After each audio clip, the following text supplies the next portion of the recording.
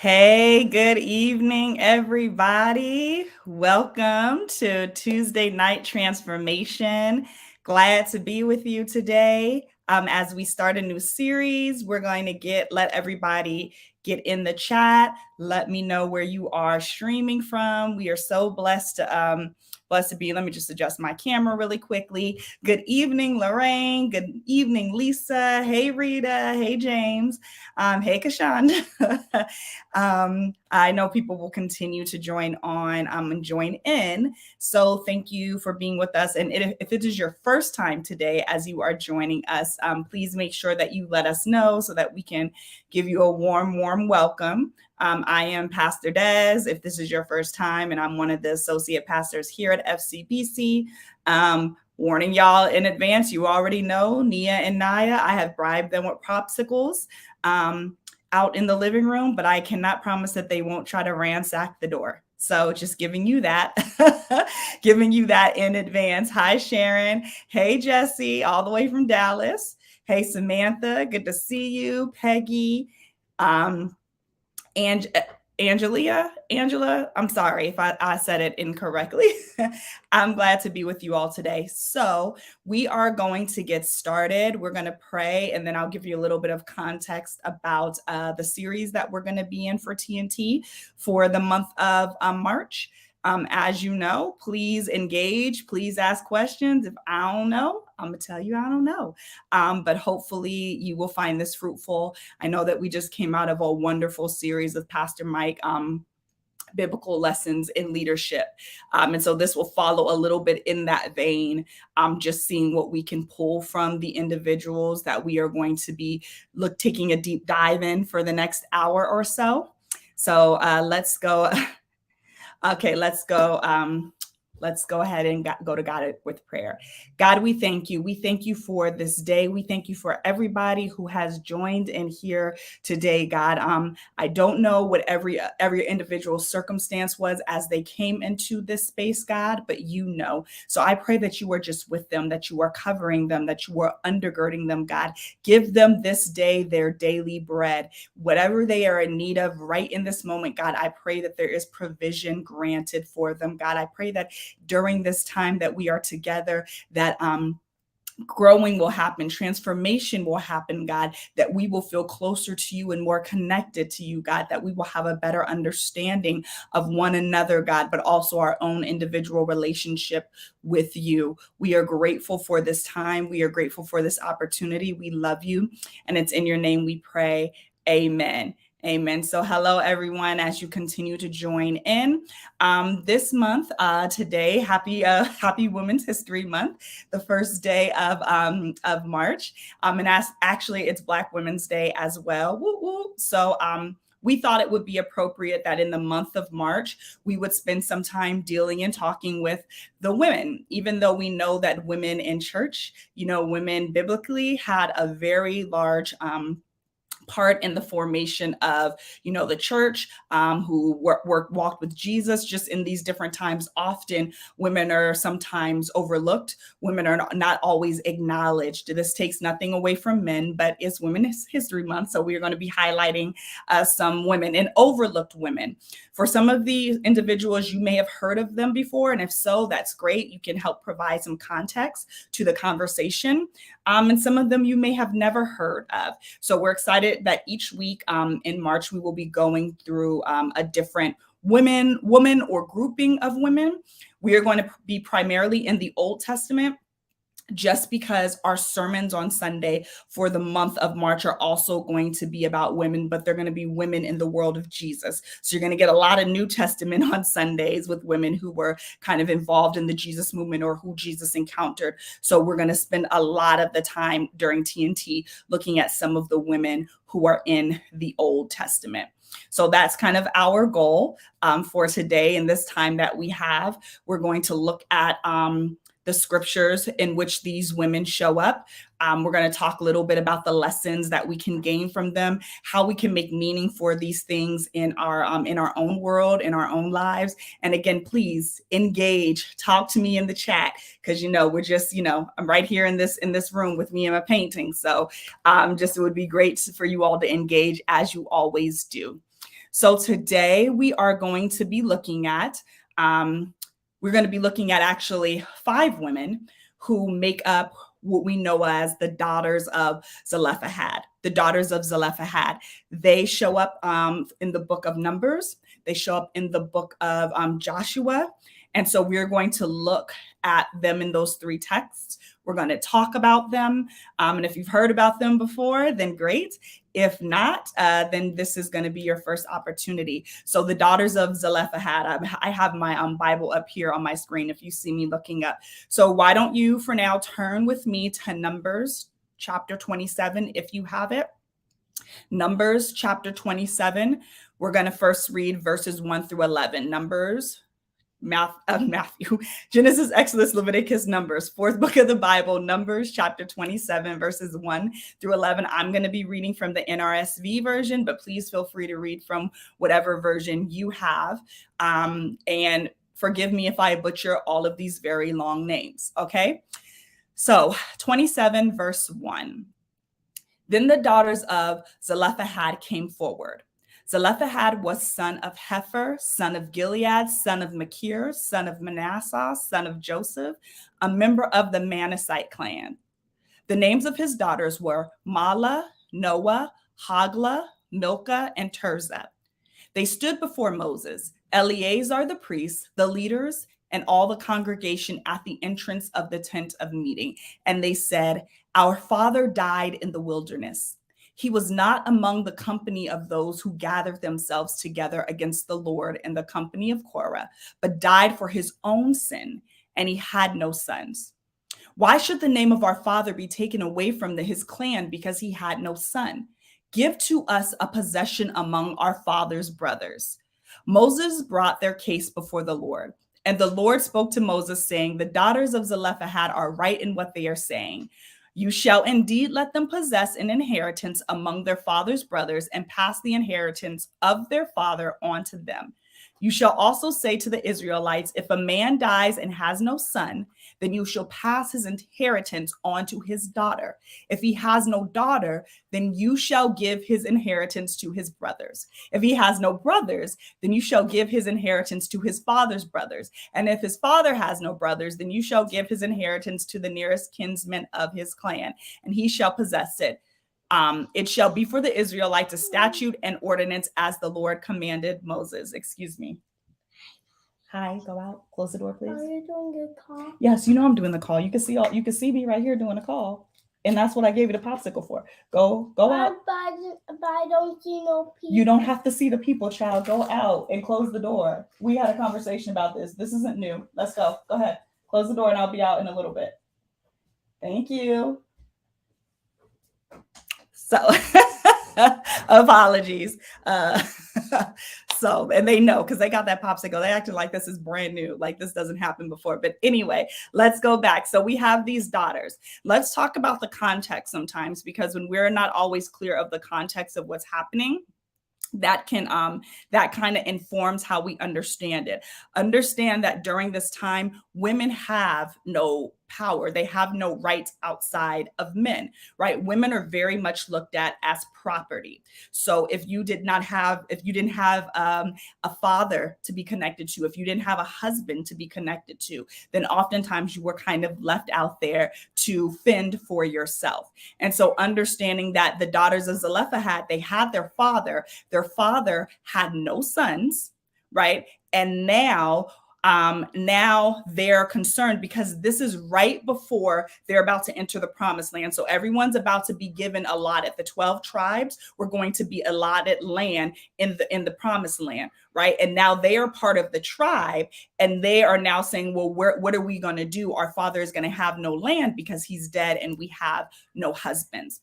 So understanding that context, that women without the men, they didn't have anything. And even sometimes when we have to be careful about how we even think about things in the Old Testament when we're reading them through a modern eyes, right? So we look at things like the 10 commandments, and some folk are going to live day and night by the 10 commandments, but understanding that there's a historical context under it. What does it mean to say thou shalt not commit adultery when men are able to have multiple wives and concubines and often, God doesn't say anything about it. Well, it really is about taking another man's property, ergo the women, because the women were looked at property like cattle, like something else, like those who could reproduce. And so understanding that when we're looking at these things, they do not have the same meaning as our as the context that we have. So we have these 5 women who are sisters who now their father is dead. And so what they decide to do is they decide to go before Moses, they decide to go before the leaders, and they decide to ask for a portion. Now you have to understand that this is not something that is a common thing, right? For women to literally go to the tent of meeting. Oh my gosh, these kids are not. No, we're not doing this tonight. We're not doing this tonight because y'all know better. I love you. Go out the door, please, because we're gonna have a problem after we get off if we do this. Go close the door. All right, close the door, and I'm gonna lock it. Close the door. You are fine. Close the door. 1 second, y'all. Let me just close this. Let me just lock this door really quick.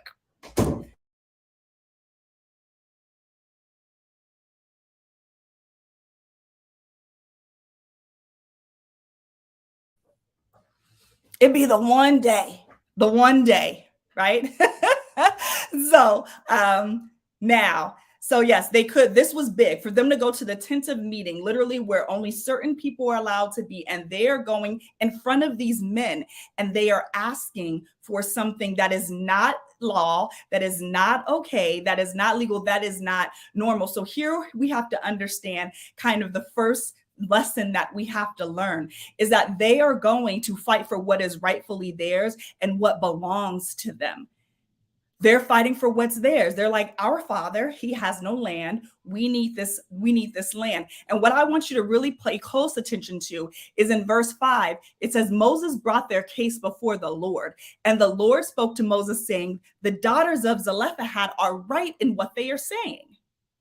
They are right in what they're saying. So I want you to just imagine and think about the fact that God's law isn't always man's law, right? Because man's law, right? And I'm not talking about man, but I'm talking about just human. The law says that women cannot possess land.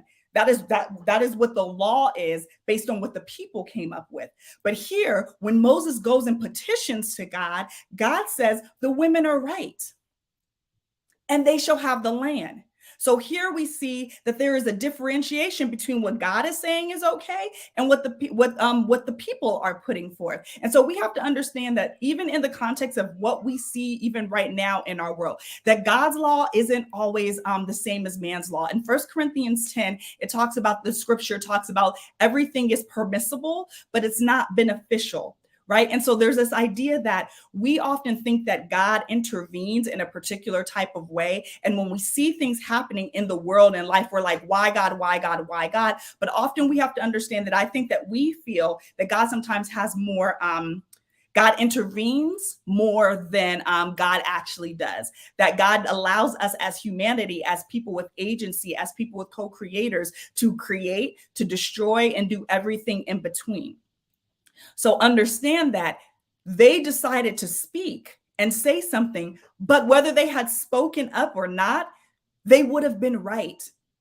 And so I want us to consider all of the times that we didn't speak up about something, that we were not encouraged or felt like we shouldn't say something because we felt whether it was the law, whatever was in place, that was what was, that was the end all be all, when really there may be something else larger here at hand. And so I think that's the main thing that I want you to get right now, that God's law is not always the same as man's, right? And so you cannot, to believe that God is not on the side of the oppressed, to believe that God is not on the side of the marginalized or the disenfranchised, or because there are certain laws in place, there are certain isms at place, that God co-signs those things just because they are. No, everything is permissible. Everything is not beneficial. It's permissible for women to not have land, but it doesn't mean that it's beneficial. Is it smart that only men should have land? Not necessarily. Does it mean that God's co-signing on it? No, not necessarily. But it does mean that at certain times, God does not intervene. And so we have to understand that.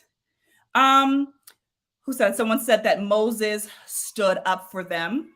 Yes, I guess, but I feel like Moses was a secondary standing up for them, right? Because Moses only stood up for them once they stood up for themselves, right? And sometimes that's the reality of our lives and the situation, is that sometimes people only kind of get on the boat once we choose to do it first. Oftentimes we often want someone else to do it for us, be the first one to do it, to go ahead of us. There are many times we have probably thought in our lives that we deserve something, that we should have been privy to something, and we wanted and we expected that the other people would see us. We expected that they would say something. We expected that they would, because they should, or that they know. But I have seen plenty of times where just because people knew, just because they should have, did not mean that they changed their course or direction. They only changed their course or direction after we spoke up, or after we said something.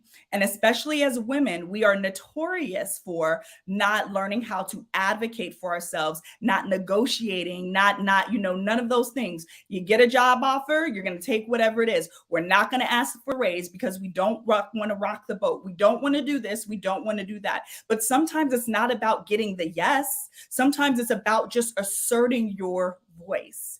Asserting your voice and understanding the power of your voice and who you are. So that was one of the things, and the first things that these women possessed. That is courage. They possessed courage to do this thing that had never been done. There was no example for it. There was nobody else there. There was no man to co-sign.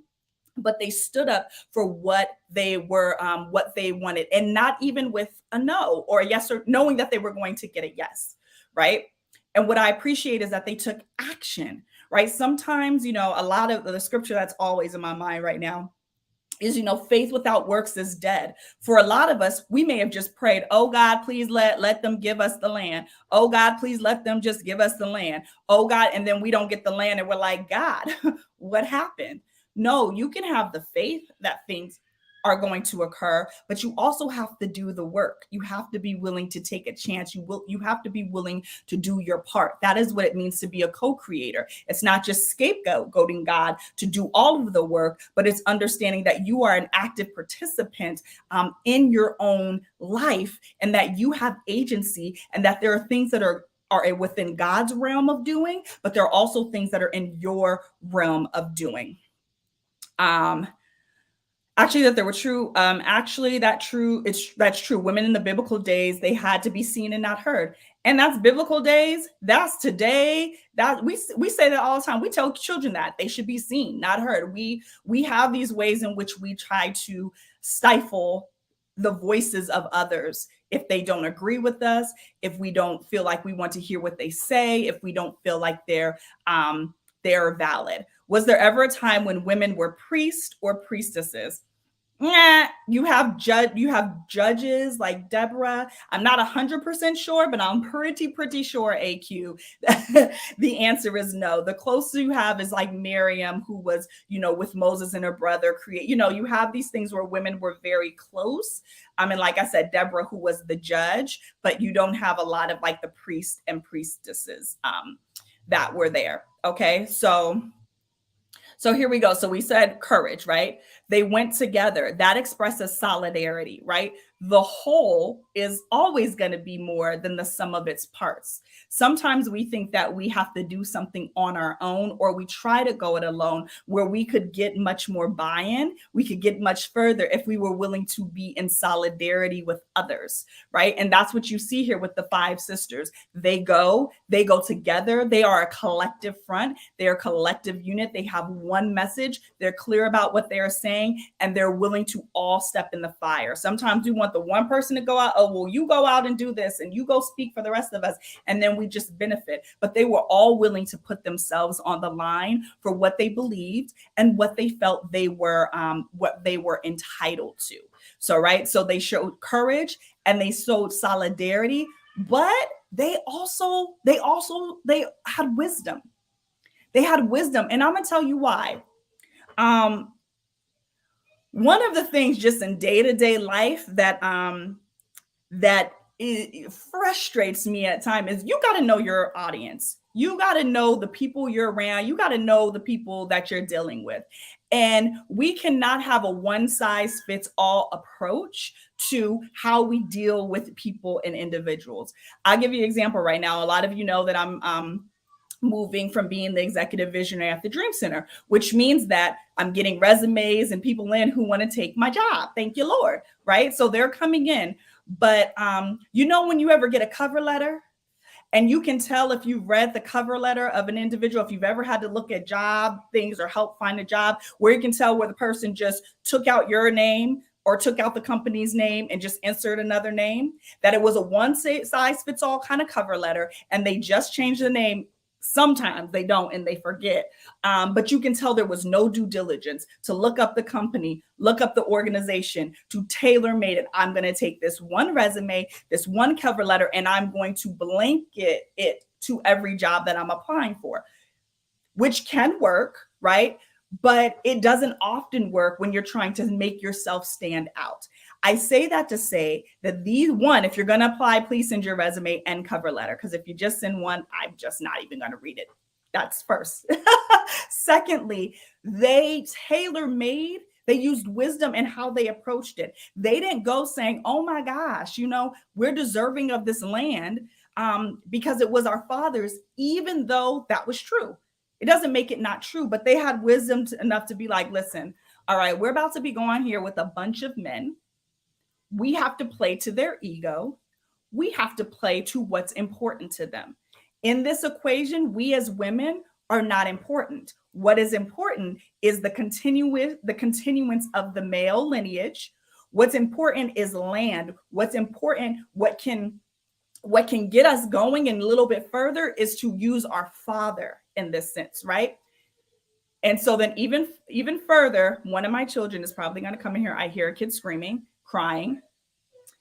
And then the other thing was that they said in verse 3. What happened? What happened?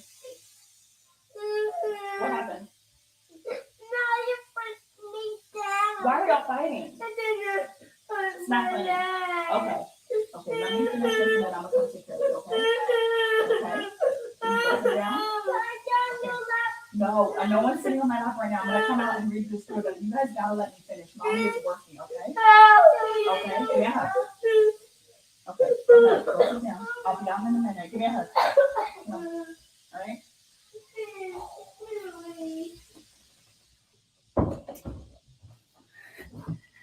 Y'all tell Pastor Mike it's my kids.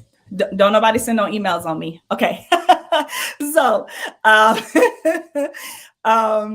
yes. So they went and they were very clear about what they said. Our father died in the wilderness. He was not among the company of those who gathered themselves together against the Lord in the company of Korah. That is important because there was a group of individuals. I don't remember if you recall who had basically gathered and complained against God, and God kind of swallowed and killed them up. So he's kind of like, nope, our dad wasn't a part of that. He was cool.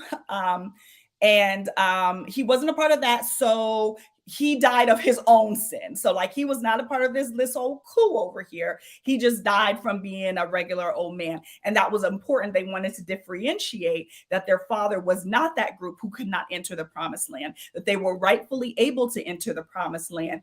And then, but he just had no sons.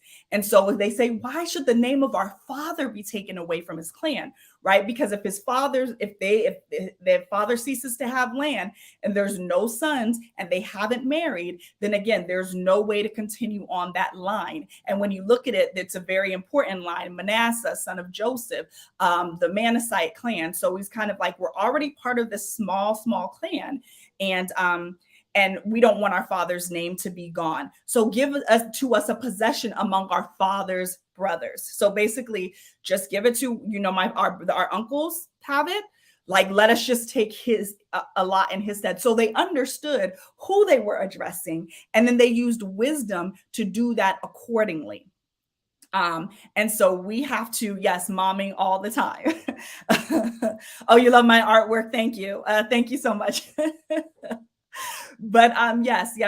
So understanding who you're approaching, right? And that's just wisdom. Any of us, if we're going to ask, if we're going to have a conversation, like, you got to know who you're dealing with and use that wisdom. Yes, you can go and try to blanket everybody with the same way, but that approach may not work. Even if it's the approach that is comfortable for you, it doesn't even mean that the approach that you would take is the wrong approach, but is it the wisest approach, right? We have knowledge, we have wisdom, we have discernment, we have all of these things that God has imbued us with.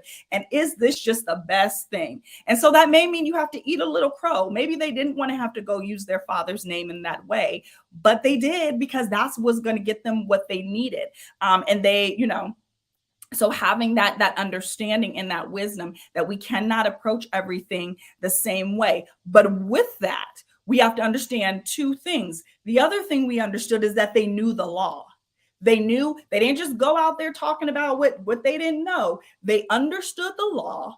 They understood what was happening. And so they could speak from a position in a place of knowing, not just going and spouting whatever. So they did their homework. They did their research, and they did what they needed to go ahead and have that conversation. And that's important sometimes. Sometimes we just got to do a little research. We got to figure out, we have to know something before we just step into a conversation. And then they also didn't come from a place of being victims. Right? We all have been through things that would allow us to potentially look at ourselves as victims. They could have been like, our father's dead, or why can't we get a husband, or all these other things. But instead of, sometimes our victimhood, it doesn't mean that we haven't experienced things that are painful, that are hard to work through, that we're still processing. But the reality is that oftentimes coming from a place of just always being the victim, even if horrible things have been done to you, is not always a position of power. It keeps you powerless, and it keeps you in a place where you are still beholden to whatever situation, circumstance, person, place, or thing did that. So in this way, they are taking back the power. They're not going to allow the fact that they're without husbands or without a father, or that they're women in this society. They're not going to use that from a place of victim, but they're going to use it to usher them into victory, And so that's what they're doing. Let's see. Lorianne, you said, I believe women did a whole lot more than what's in the Bible. They just didn't get the credit. Absolutely. We know the Bible was mostly written by educated men. So that's going to be the vantage point from whence things, kind of are written. But of course, women always have a role. But you see that in churches, maybe not FCBC, but most churches you will see where lots of women in the church, majority of the church is probably women, and in lower leadership levels. And I don't mean lower as in negative, but just like not in the top tier of leadership, oftentimes are not women. In reality, I think it's no more than 3% of female women are pastors or run their own churches. 3%. When if you look at those congregations, most of them are women. So yes, there is a silencing of women in the Bible, but we also silence it in churches. And we can talk about the ways in which, that's wrong, but we do that. We do that when we do that when we only want to hear one person preach, or we don't want women to do certain things, or we only want so-and-so to do this or that. In that same way, we are complicit in that silencing. Right? We are complicit in saying that this is how, not in maybe the exact same way, but we have to be able to own our own ways, even if they're small, in which we kind of put forth these same type of agendas. Thank you. I appreciate you. My daughters who are going to be, they're going to be very upset, but they're fine. They misconstrued the letters of Paul wrote and use that to make women sit down and be quiet. Absolutely. It does not mean that women cannot speak. You're talking about the verse where it says women should be silent. We actually talk about that in Bible Basics quite a bit. But yeah, it was never meant that women are not allowed to preach, women not allowed to speak. Some people do believe that. God bless them. They probably shouldn't come to FCBC, right? So we have it. They were courageous. They were, they stood in solidarity. They used wisdom. They used diplomacy. So you see here, right? So we're looking at Numbers 27 through 1 through 11. So you have kind of that feel of what happened. They went to ask for land. Moses brought it before God. God was like, yep, they're right. And you shall indeed give them the land. And God was like, let me take it one step forward. Let me just give you all the things because I know how you guys can be. If a man dies and he has no son, pass it to the daughter. If he has no daughter, then you shall give the inheritance to his brother. So he even went further because sometimes you can predict the grumblings far off, right? If you're really thinking about something, you could be like, well, if I say this, and so-and-so is going to be like, well, why didn't I get this? Well, why didn't I get that? So instead, he was like, all right, we'll do it this, but let me just, in case anybody else brings up anything, let me take it 3 steps further. But again, let's now look at this same, the further of the continuation of this story in Numbers chapter 36. So if you skip over to Numbers chapter 36, verses 1 through 12, and it reads a little bit. Numbers kind of like repeats itself a little bit. So it is a repeating of it, but there's also some new information as well. So we're going to read this, Numbers 36, 1 through 12. And this is marriage of female heirs. So before in the first one, it was like, here's the story of what happens. Now and later in Numbers, it's almost like, here is what the ruling is for this. The heads of the ancestral houses of the clans of the descendants of Gilead, son of Machir, son of Manasseh, of the Josephite clans, came forward and spoke in the presence of Moses and the leaders, the heads of the ancestral houses of the Israelites. They said, the Lord commanded my Lord to give the land for inheritance by lot to the Israelites.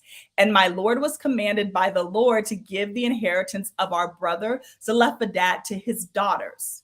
But if they are married into another Israelite tribe, then their inheritance will be taken from the inheritance of our ancestors and added to the inheritance of the tribe into which they married. So it will be taken away from the allotted portion of our inheritance. And when the Jubilee of Israelites comes, then their inheritance will be added to the inheritance of the tribe into which they have married, and their inheritance will be taken from the inheritance of our ancestral tribe. Let me just break that down. Basically, if you let these women have this land, they don't have any husbands. If they marry somebody outside of our clan, that clan gets all the land. They get all our spoils, they get everything. And so it's no longer going to belong to us because it will belong to whoever they marry, because again, they are women and it will transfer to their husbands. That's the 2022 translation. Verse 5, then Moses commanded the Israelites according to the word of the Lord, saying, the descendants of the tribe of Joseph are right in what they are saying. This is what the Lord commands concerning the daughters of Zelophehad. Let them marry whom they think best, only it must be into a clan of their father's tribe that they are married, so that no inheritance of the Israelites shall be transferred from one tribe to another.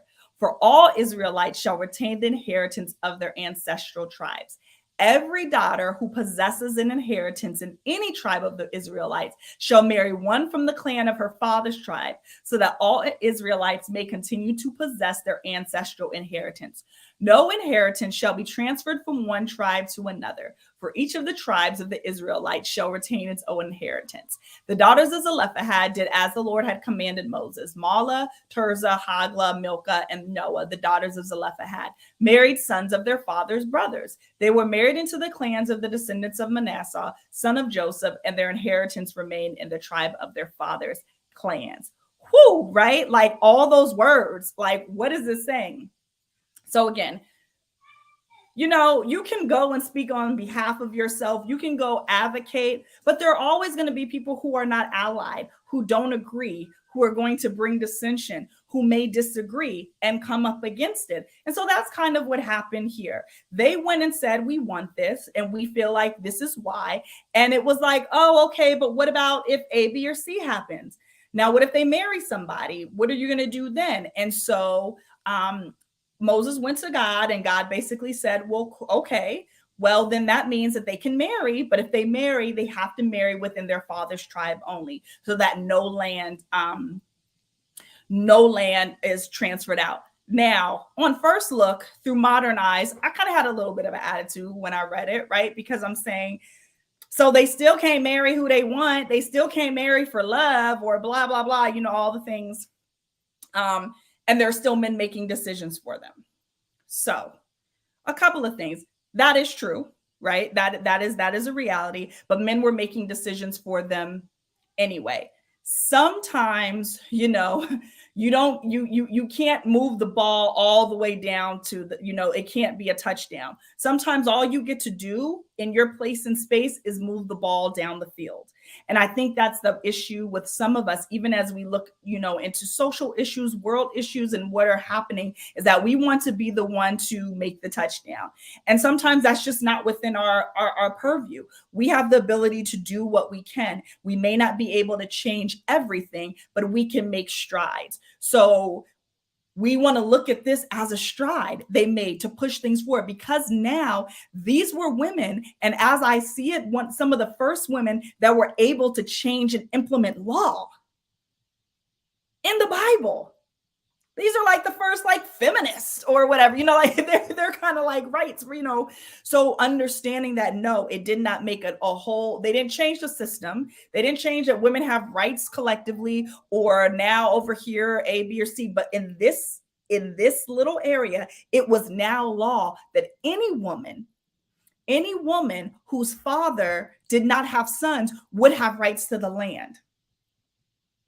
And that wasn't there before. And so for some of us, we have to understand that we just have to do our part.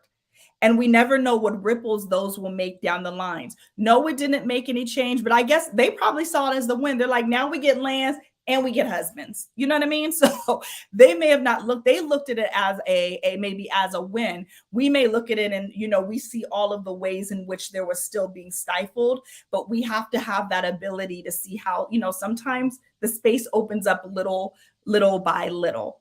Let me go. And I saw I see some things, Thais, like with the resume example, I have like 6 different resumes, cover letters, each that focus on whatever the particular field is. I do research, history checks. I come and prepare. Right. When I was applying for job, you would go and you would look at the company. You would go and say, I would use the mission. I would do all these things. I did the work. And just for sometimes a lot of us, we don't want to do that work for whatever reasons. And sometimes we're able to get the job or get the thing, but sometimes we're not, and so we have to be willing to do that work. Thais, you said, my father told my sister he's leaving everything to me because my sisters are married and he doesn't want their husbands getting none of his stuff. See, and that's the reality of it, right? But that's what it is for men. Even now, I don't have no sons. My name, how's my name going to be continued? Because if she gets married, then she's going to take her husband's name. And, that's a real thing for men. I'm not a man. I don't know how that feels like, but it's real important to some of y'all. And it was really important to these men.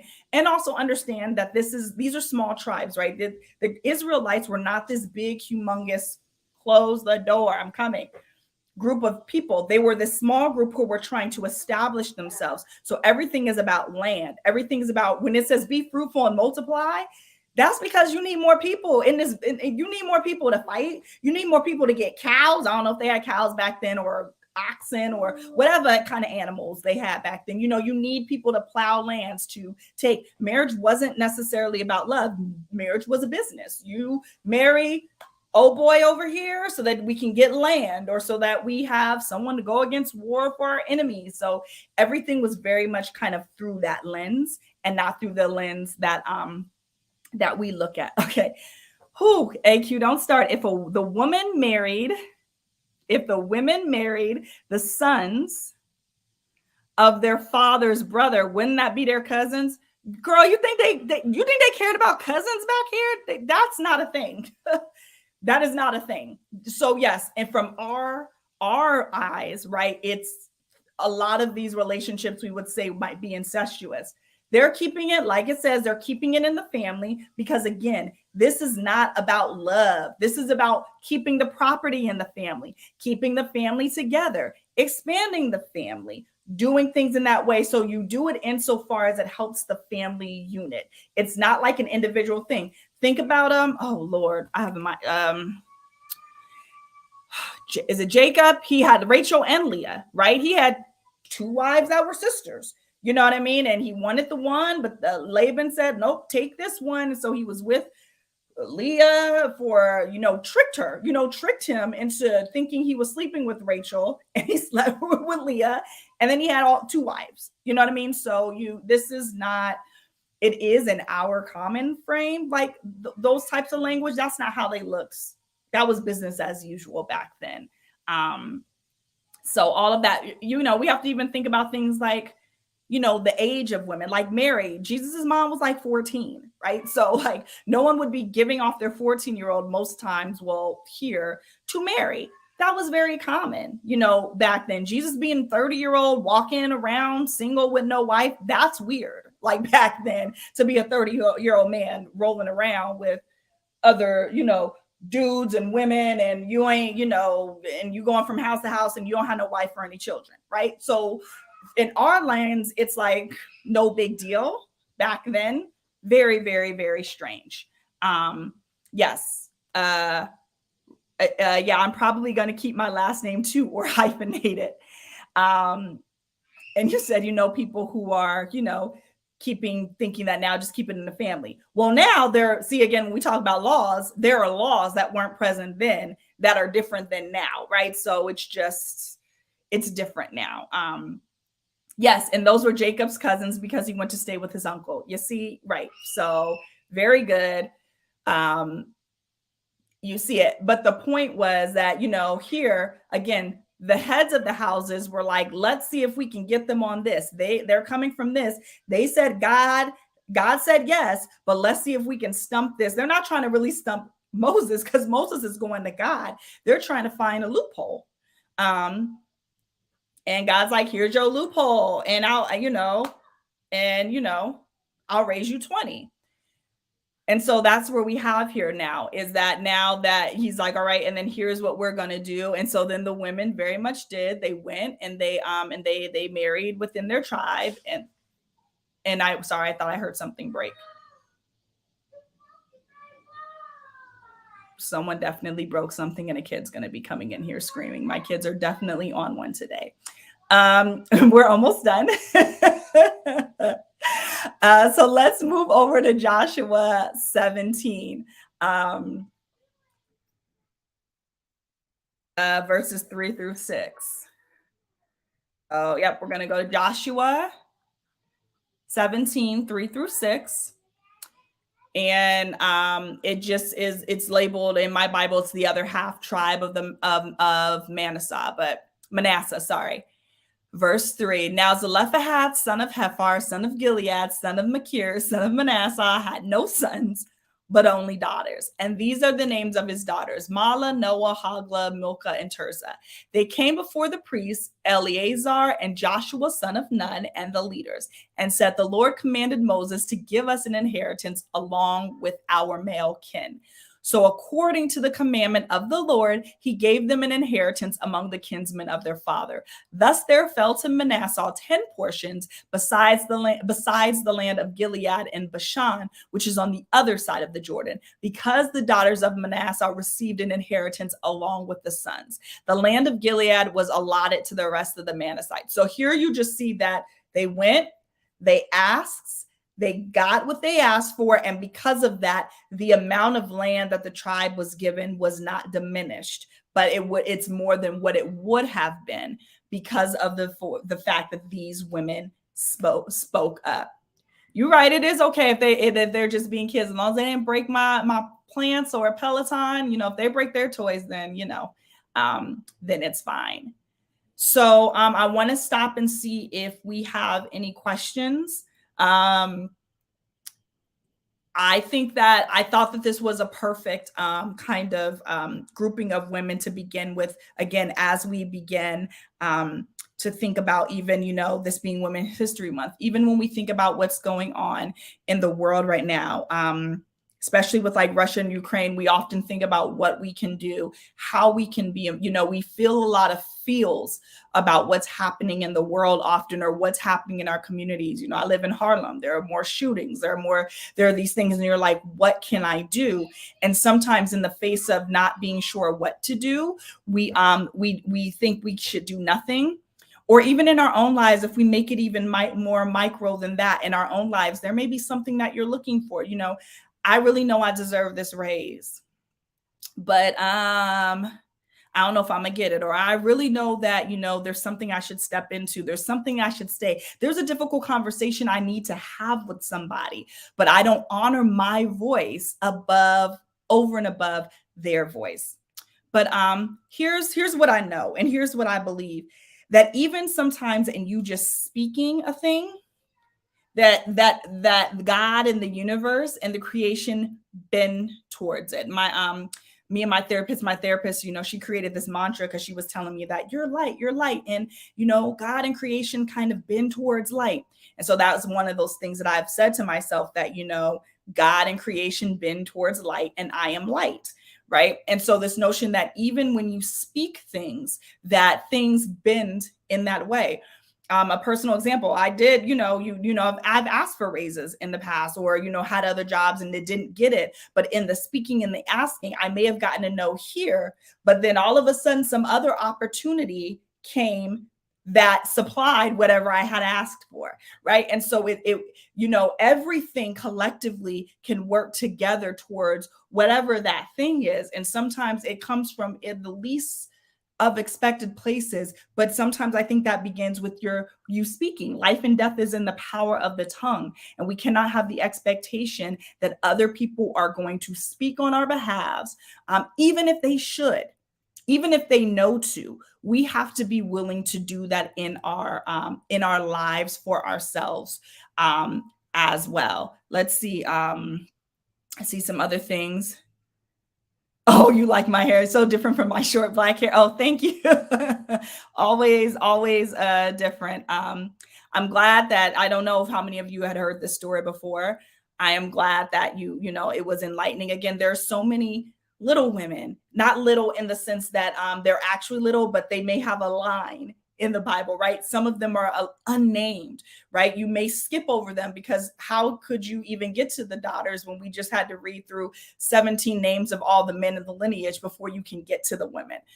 But that's, there's so much richness in the Bible.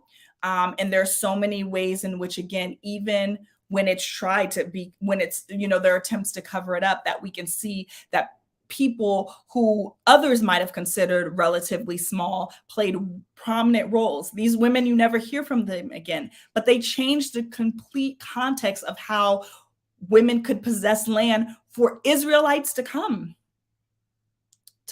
And so what they did, their piece of, their, participation made big ripples. And so understanding that for you, this the same way, whatever thing you think you're doing, it still makes ripples. It still matters in the kingdom. And so you can continue to do that. Are there some books we can find that go in depth on these women? You're probably not going to find full-on books. There are a lot of like articles and things that you can do that do deep dives. There's also Jewish midrash around them. So if you guys know, and I think it's called, give me one sec, Pinkas. Give me one second. I'm gonna look it up. So Jewish midrash is kind of the stories and things that Pinchas, Pinchas, right? So there's some that's what they call the Jewish midrash around this story. And so what Jews often did with the books, the stories from the Torah, is that they often included their own stories or their own kind of mythology or understanding around it, to make it make sense, especially when there were conflicts in the Bible or things that seemed to contradict. Why are there two creation stories? Why are there two stories about, Noah and the flood? So they create midrash around it that help kind of give it more life and to give it more body. And so Pinchas, Pinchas, is includes the story of the daughters of Zelophehad. So you can look that up, and there might be some information, and you can also read what they wrote. They wrote their own texts, Jewish midrash around these women, and so that might also be something that would be helpful. And you're looking at women from biblical days to see how far we came over. Yes, like they've come a long way, you know. And again, and still unknown. And so that's the other thing that we have to understand, is that we don't always have to be known. I know in this day and age, that's what we see a lot. But, you know, we say, you know, God knows our names. God knows what we do. Do not look for the applause of man, you know, but you want your good, you know, well done, my good and faithful servant, from God. And so the notion is that, yeah, people don't have to know you like that in order for you to make impact. Sometimes you can make more impact being anonymous than you can when you're out there and known in a particular type of way. Let's see. Yes, I need to learn to honor and humble my voice. And it's hard. It's really hard, right? When you are used to not speaking up, the more you speak, the less you speak, the easier it becomes to continue not to speak. And we begin to conflate speaking with conflict. And if we're conflict averse, then we don't want to cause any ripples. Then we forget how to have hard and difficult conversations. We forget how to do all of these things. And I'm speaking as a person who has that and then has done that and has had to work through that to like pump myself up to go and have the hard conversations because you just don't wanna. And it's difficult and it's challenging, and because we still care about what people think. And so, you know, we're always concerned. When we speak, we want our voice to be there, to be agreement. But we even see here, there was an agreement. It wasn't like everybody was like, yes, and give the women land. And had Moses wouldn't have been advocating for those women if God had said something else. Well, because it's God, but Moses wouldn't have advocated for them if they hadn't said anything themselves. And so does it make Moses bad? No, it's just, that's the reality, that sometimes we think that we are on the forefront of people's minds, and they're not always thinking about us. And so sometimes we got to speak up so that they remember that we're here and that they need to think about us. Let's see. I know this won't sound right, but when Haiti had the earthquake, was there this much hype like Ukraine? I don't remember. I know that there are varying levels of hype depending on where we're watching, what we're watching, who is a victim, who is, you know, experiencing things. We know that that's just a reality in our lives. And we're seeing a lot of that even now. And, you know, social media and a lot of these things are much more pervasive day by day than they were when other things have occurred. So I don't know if there was the same amount of, well, I don't know if, you know, hype, but what I think we should more so lend ourselves to, what do we give our attention to? What do we give our eyes? You know, what are we watching? What are we hearing? What are we filtering? What are we doing? How are we praying? Who are we in conversation with? Where are those? And being, you know, being mindful about how we speak and think about it. Versus, you know, kind of, because people are going to be people, news media outlets are going to be news media outlets, people are going to do their things. And often what we can control is our selves. You said now women are jealous of other women when they step up and speak out. And here too, right? If we for this story of these women who were sisters, right? So let's be real, they were sisters who were in solidarity. We can find other stories where again, even Rachel and Leah, they were sisters too, and they were at odds fighting over a man, right? Whether they were put in that position or not. So there are just as many stories about women who didn't advocate, who weren't in solidarity, as there are for those who were. But, you know, I wanted to highlight today this way in which these women just speaking up on what seemed like a relatively small thing made these huge ripples, and hopes that it encourages us to do that. And in ourselves. Someone said that women thou are loose. The Holy Bible has a woman section of some of the women. Yeah, there are a lot of books out there. Women in the Bible, unknown women. There are a ton of books. You just have to kind of filter through those, theologically speaking, if they align with, what you believe. But there are a ton of books out there that do just give the basic kind of overviews. But some of what we kind of did and look here, that's extra work that you have to do or do in partnership with a pastor or a leader or friends or whatever, to kind of say, like, what else is this saying? And what is this teaching me about my own life? Yes, you do cause the ripples and the waves and the hills. Keep causing all of them, Thais. You have the Bible of Women and you started reading that. Cool. Yes. All right. Are there any more questions or comments that you have? No? Well, Pastor Mike will be proud that I also stayed within the 8 o'clock, the hour timeline, because people don't like to be on virtual for that long. I look forward to when we can have TNT back in the building and people get the mics and speak for 5 minutes at a time. And, and we, we have all of that. But until then, it has been a blessing. We will be here again next week, same time, talking about a different grouping or a different woman next week. If you have questions, in the meantime, if you have thoughts, comments, please feel free to reach out to me, delder@FCBCNYC.org. If maybe something I didn't explain or you have further, clarification that you want in between us meeting next week, then please feel free to reach out and ask those things. I appreciate it. You all have a great time. Let's go ahead and pray. God, we thank you. We thank you for what we have learned from these women today, God. I thank you that in the very same way that they honored their voices, God, that each and every individual, man, woman, non-binary, that they use their voice, God. They use their voice. Let people this week advocate like they've never done before, God. Speak up in ways that they've never done, to have courage in ways that they never have. Courage is not the absence of fear, but it is moving.